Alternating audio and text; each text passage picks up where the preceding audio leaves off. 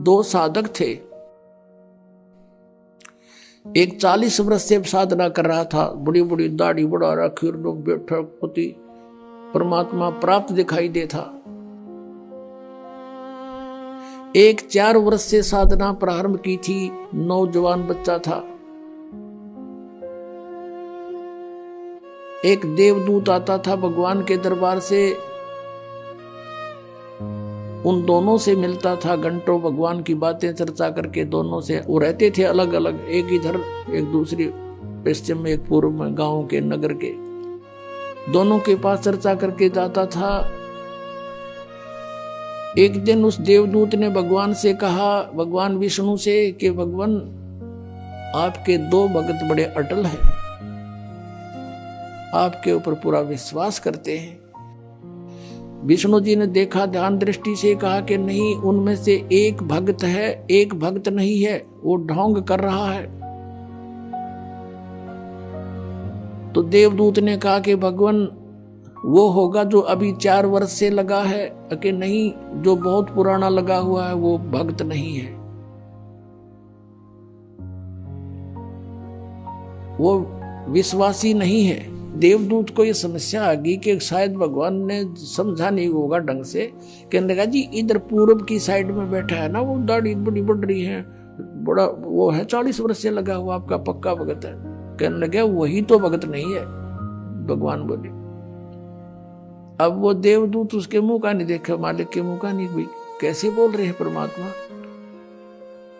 तो विष्णु ने कहा कि आपको मेरी बात पर विश्वास नहीं हुआ। देवदूत ने कहा, भगवान ये तो नहीं हो सकता कि आपकी बात अविश्वसनीय हो, लेकिन मेरी बुद्धि छोटी है, ये काम ना कर रही। तब विष्णु जी ने कहा कि आज तू थोड़ा सा देर से मिलने जाना उनको, और वो कारण पूछे तो उनको ये बताना। अब ठीक है। वो सबसे पहले गया तो उससे के पास जिसने सही भगत मानना था, 40 वर्ष से भक्ति कर रहा था, उसके पास गया तो उसने पूछा उस बड़े भगत ने कि देवदूत आज तो बहुत देर कर दी, 2-3 घंटे लेट आए, क्या बात होगी, स्वस्थ तो हो। तो देवदूत ने कहा कि भगत क्या बताऊं, आज तो भगवान ने ऐसी अनहोनी कर दी। परमात्मा ने दिन के 1 बजे और एक अनहोनी लीला करनी थी, उसको देखने के लिए रुका रहा मैं। क्या करनी थी कि एक हाथी को और सुई के उस सुराख से निकालना था, सुई के सुराख से निकालना था, धागा डालने का सुराख होता सुई, उसमें से हाथी निकालना था। और मैं उसको देखने के लिए रुक गया। उसे 40 वर्ष वाले साधक ने पूछा, फिर क्या हुआ? कि भगवान ने सचमुच हाथी को सुई के धागा डालने वाले सुराख में निकाल दिया। वो क्या कहता है कि देवदूत ऐसी झूठ बोल किसी का जच जा, ऐसी बकवाद नहीं करा करते, ये कभी हो सकता है? अब देवदूत उसके मुंह का नहीं देखे, डांगर बोला कि है दिखा ऐसा भगत, इस पर विश्वास नहीं भगवान का। वो तो उठ कर चल पड़ा, भाई भगवान ठीक कह रहे थे, जो तो नरा पशु है, खाम खांडले ढो रहा है। जब इसने न विश्वास नहीं, भगवान क्या नहीं कर सकता, फिर क्या फायदा इस भक्त का। अब उठ के गया वो 4 वर्ष वाले के पास। उसने तो वहां तो सोचा था कि वो तोड़ के मैं एंड बैंड बोलेगा, जब मैंने युद्ध कर दिया था। अब उसने भी यही प्रश्न किया कि देवदूत आपकी इंतजार कर रहा था, पलक बिछाए बैठा था, आएंगे आप, आते हो, चर्चा हो जाती है परमात्मा की, दिल लगता है। आज आप बहुत देर कर दी, मैंने सोचा था आज नहीं आएंगे, आज का दिन तो हमारा व्यर्थ हुआ। क्या कारण है देवदूत इतना देरी करने का? उसने फिर यही बताया कि दिन के 1 बजे परमात्मा ने एक लीला करनी थी। और भाई कमाल कर दिया, भगवान ने तो हद कर दी कि सुई की सुराख के अंदर से हाथी निकाल दिया, वे अचरज कर दिया। अब वो कहता है कि ये की अचरज है, देवदूत भगवान निकाल दे, पूरी पृथ्वी ने सुई की नोक में गए, भगवान क्या नहीं कर सकता। तब उसने देवदूत ने उस 4 वर्ष के साधक को सीने से लगा लिया और कहा धन है तेरे माता पिता जिससे जन्म हुआ, तू है भाई सच्चा भगत, भगवान ठीक कह रहे थे, तू एक नंबर का भगत है जिसमें विश्वास नहीं भगवान का। और परमात्मा भी कहते हैं क्या हुआ भक्ति करने जब मन में नहीं विश्वास, क्या फायदा उस भक्ति का। परमात्मा जो चाहे सो कर ही, सतगुरु जो चाहे सो कर ही, 14 कोट दूत जम डर ही, ऊत भूत जम त्रास निवारे, और चित्रगुप्त के कागज पाड़े। बोलो सतगुरुदेव।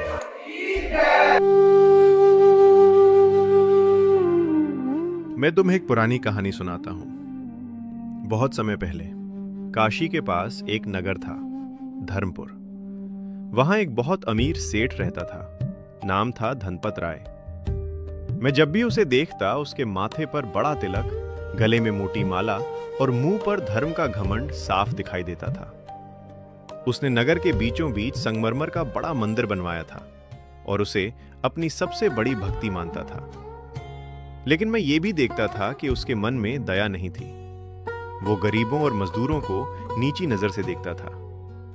उसे लगता था कि भगवान सिर्फ सोने चांदी और बड़े मंत्रों में ही रहते हैं। एक दिन हमारे नगर में एक फक्कड़ संत आए। लोग उन्हें संत सत्यकाम कहते थे। उनके पास न धन था न आश्रम, साधारण कपड़े, हाथ में लकड़ी का कमंडल और मुंह पर गहरी शांति। वे जहां बैठते वहीं कबीर साहिब की बातों को बहुत सरल भाषा में समझाते। सेठ धनपत राय ने अपने मंदिर की प्राण प्रतिष्ठा के लिए बड़ा भंडारा रखा। उसने सोचा कि अगर संत सत्यकाम आएंगे तो उसकी इज्जत और बढ़ेगी, इसलिए उसने उन्हें बुलवाया। जब संत आए, सेठ ने उन्हें सोने के सिंहासन पर बैठने को कहा। संत मुस्कुराए और बोले कि मुझे जमीन पर बैठना अच्छा लगता है। मैं ये देखकर समझ गया कि ये संत दिखावे से दूर हैं। भोजन का समय आया। चांदी की थाली में तरह तरह के पकवान परोसे गए। तभी दरवाजे पर एक गरीब मजदूर आ गया। उसके कपड़े गंदे थे और वो प्यास से कांप रहा था। उसने बस इतना कहा, पानी दे दो। सेठ को गुस्सा आ गया। उसने चिल्लाकर कहा कि इसे यहां से निकालो, इसकी परछाई से जगह अपवित्र हो जाएगी। ये सुनते ही संत सत्यकाम ने थाली को दूर कर दिया। उन्होंने अपने झोले से सूखी रोटी निकाली और मिट्टी के छोटे घड़े से पानी पीने लगे। सेठ को यह बुरा लगा। उसने कहा, आप मेरा भोजन क्यों नहीं खा रहे? तब संत ने बहुत शांत स्वर में एक सवाल किया। उन्होंने कहा, अगर सोने के कलश में जहर हो और मिट्टी के घड़े में अमृत, तो तुम क्या पियोगे? सेठ ने तुरंत कहा, अमृत। तब संत ने उस मजदूर की ओर इशारा करके कहा, तुमने मिट्टी के घड़े को गंदा समझ लिया, लेकिन उसके भीतर अमृत है, और तुम अपने सोने जैसे अहंकार में जहर भरे बैठे हो। उन्होंने कहा, भगवान पत्थर में नहीं, हर इंसान के भीतर है। जब तक तू जीवित इंसान को नहीं पहचानेगा, तेरी पूजा व्यर्थ है। यह सुनते ही सेठ की आंखें खुल गईं। उसका सारा घमंड टूट गया। वो दौड़कर मजदूर के पास गया, खुद पानी पिलाया और भोजन कराया। उस दिन मैंने समझा कि सच्चा धर्म मंदिर में नहीं, इंसानियत में है। संत सत्यकाम साहिब बंदगी कहते हुए आगे बढ़ गए, लेकिन धर्मपुर को मानवता का ऐसा पाठ दे गए जो कोई कभी नहीं भूला। महात्मा के पूर्व जन्म के संस्कारी थे। एक ही परिवार में 4-5 सदस्य हैं, 2 सदस्य मानते हैं, 4 नहीं मान रहे थे। अब ऐसा क्यों है? इसके लिए एक उदाहरण देते हैं। ये कोयल होती है, वृक्ष पर किसी कवि ने अंडे पैदा कर रखे हों, वो गर्भवती जो होती है कोयल, वो जब वो कवि कहीं चुग्गा चरने जाती है आहार के लिए, छोड़कर आलने को, घोंसले को, पीछे से उसमें अंडे पैदा कर देती है, अपने अंडे छोड़ देती है और दूर बैठ जाती है जाके। अब वो कभी आती है शाम को, जब भी वापस आती है तो देखती है अंडे 4 हो गए। वो पहचान नहीं पाती, इसलिए उनको फेंकती नहीं। अब बच्चे बन जाते हैं। वो कोयल देखती रहती है कि ये बच्चे अब थोड़े बहुत फुदकने योग्य हो गए हैं। अब उनकी सभी की सेवा करती है और उनमें से बच्चे बना देती है। तो देखती रहती है। जब वो देख लेती है कि ये खूब उड़ने के काबिल हो गए हैं, दूर तक उड़ सकते हैं, तब वो दूर स्थान पर बैठ के अपनी अपनी आवाज लगाती है, अपनी बोली बोलती है। जो कोयल वाले होते हैं वो तुरंत देखते हैं अपनी माँ की तरफ और उस बोली से आकर्षित होकर उड़कर चल पड़ते हैं। और कागड़ा का बाम में भी को नहीं, वो कवि वाले नो के बैठे बैठे मटर मटर देखते रहते हैं। तो वो कोयल वाले बच्चे उड़कर उस आवाज की तरफ चल पड़ते हैं। वो कोयल फिर वहां से उड़ चलती है, कू कू करती हुई आगे चली जाती, दूर निकल जाती है। वो बच्चे उसके पीछे पीछे दूर चले जाते हैं। वो कभी थोड़ी दूर तक उसके पीछे जाती है, मेरे बच्चे गए। फिर वो सोचती है पीछे वाले कहीं और कोई ना बर्बाद कर दे, ये तो गए सो गए, तो वापस आ जाती है। तो पुण्यात्माओं, आप देख लेना, प्रत्येक घर में दास का तो इसके बिटर एक्सपीरियंस है इस मार्ग का, कि एक घर में 4 भाई हैं, एक का तो पूरा परिवार लग गया इस मार्ग पर और 3 सुनते भी कोई नहीं। तो यही समझ लेना काग और कोयल का अंतर है ये। तो वो कभी ना कभी परमात्मा की शरण में रहे, उनके अंदर वो आस्था पैदा कर रखी है परमात्मा ने। बहुत गरीब था, किसान था, और उसने परमेश्वर कबीर जी, क्योंकि वो परमात्मा रह रह कराते रहते हैं, कभी किसी साधु रूप में, किसी संत रूप में, या किसी वैसे एक जीवन वो पूरा एक जनसाधारण जैसा जी कर भी पूरा करते हैं। तो वो गरीब आदमी था, वो कहने लगा महाराज जी बहुत ही स्थिति खराब है, परमात्मा का ज्ञान सुना। परमेश्वर ने कहा बेटा नीत साबित रखिए, तेरा कमी नहीं रहेगी और ये भक्ति करता रहे, जितना तुझे चाहिएगा भगवान 21 देगा तुझे। अब क्या हुआ कि उसके एक बैल था, उससे गुजारा कर रहा था। एक चोर था, उस चोर ने क्या सोचा, वो चोरी करने के लिए निकला। उसने देखा एक गरीब व्यक्ति और गर्मी के दिनों में सो रहा है, उसके एक बैल बंधा है, उस एक का बैल न चुरा ले गया। अब चोर तो क्या है, जैसे 100 रुपये का बैल होगा, उस समय की बात, बहुत पुराने समय की, तो किसी समय में ला लो इसको, तो एक उदाहरण है और सच्चाई है।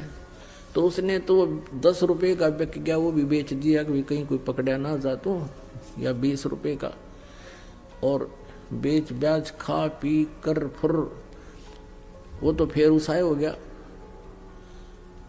उसने कुछ दिन के बाद फिर ऐसे चोरी करता करता उसने सोची चल उस जिसका बैल चुरा के लाया था वो शरीफ आदमी लग गया ना, को पुलिस रिपोर्ट करी उसने,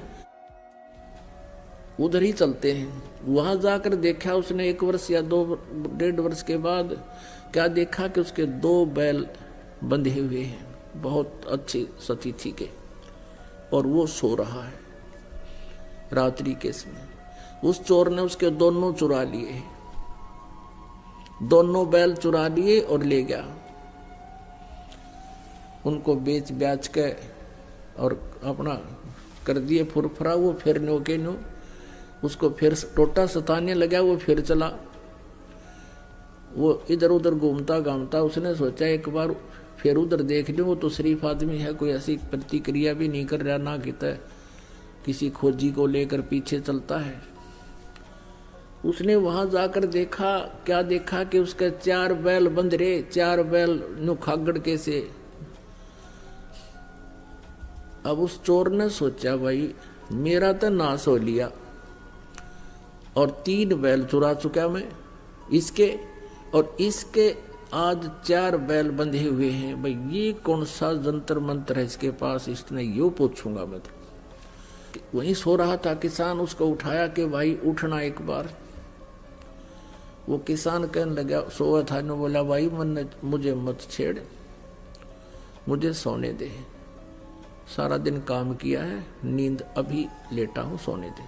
वो कहने लगा भाई मैं चोर हूँ। वो चोर कहने लगा मैं चोर हूँ। ने बोला भाई चोर है ना, अपना काम कर दो, तू आया है, मुझे अपना सोने दे।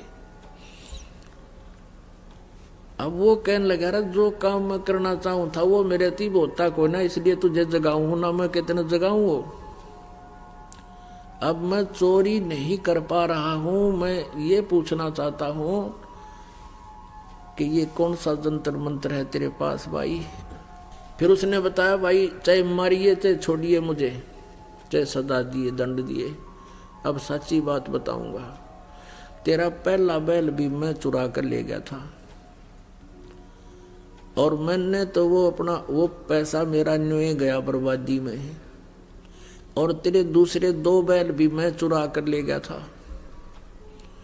आज मैं जो का त्यों उसी स्थिति में हूं और तेरा ये 4 बैल बंध रहे हैं, इसलिए आज से मेरे पर चोरी ना होती भाई।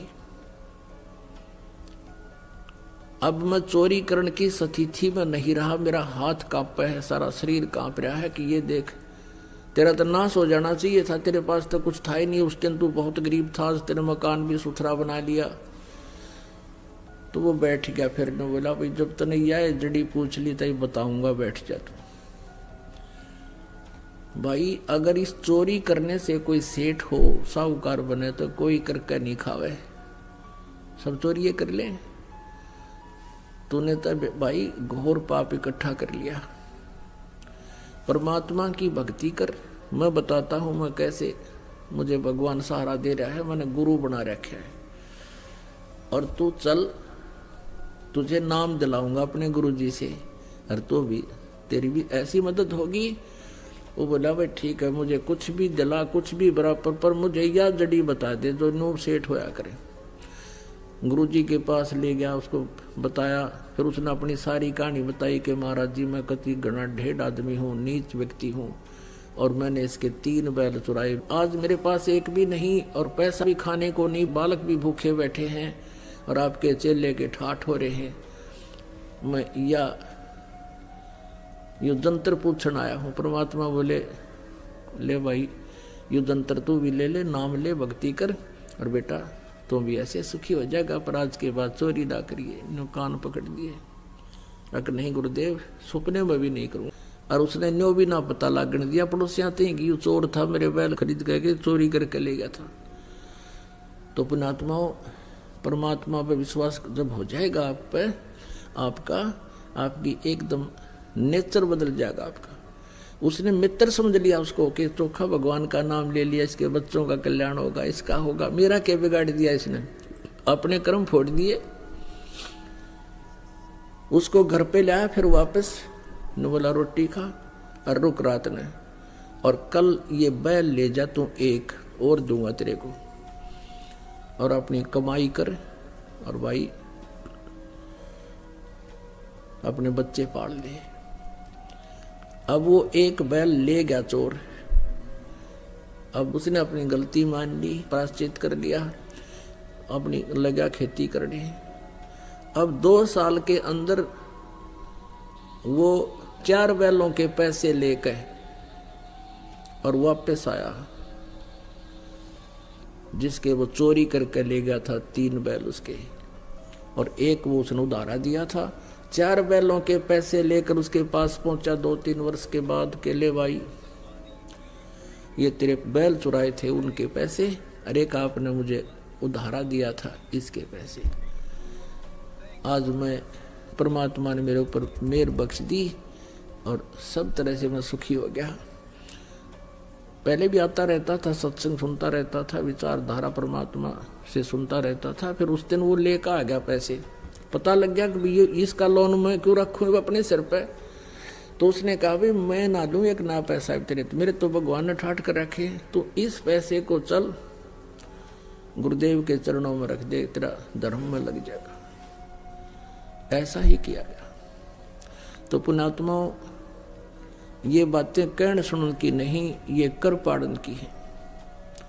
ये सच्चाई है कि आप देखना इस परमात्मा के हाथ एक बार लग कर देखो, सच्चे दिलते हैं। और फिर आज तो आप लूटते हो दुनिया को, कोई रिश्वत लेता है, कोई मिलावट करता है, दोनों दुखी हो रहे हो, इधर से नुकसान हो रहा है, उधर से आप अपनी नेचर खराब करके भाव बिगाड़ करके चोरी रिश्वत लेते हो। और फिर आपके आत्मा में कैसी शांति होगी। छोटा सा शहर, आमने सामने 2 घर, एक तरफ एक अमीर आदमी शान से महंगे कपड़ों में खड़ा है और दूसरी तरफ एक गरीब आदमी सादगी से मुस्कुराते हुए अपना काम कर रहा है। अमीर आदमी ने घमंड से उस गरीब को नीचा दिखाया, हाथ उठाया और हंसा। गरीब चुपचाप मेहनत करता रहा, पर उसके चेहरे पर शांति थी और एक प्यारी सी मुस्कान। अचानक दोनों की मौत हो जाती है। लोग दोनों के शरीरों को कंधों पर उठाकर नदी के किनारे ले जा रहे हैं। सूरज की हल्की रोशनी है, माहौल शांत और उदास है। दोनों शरीर एक साथ रखे जाते हैं। दौलत और गरीबी का फर्क अब गायब हो चुका है। अब दोनों बिल्कुल एक जैसे दिख रहे हैं।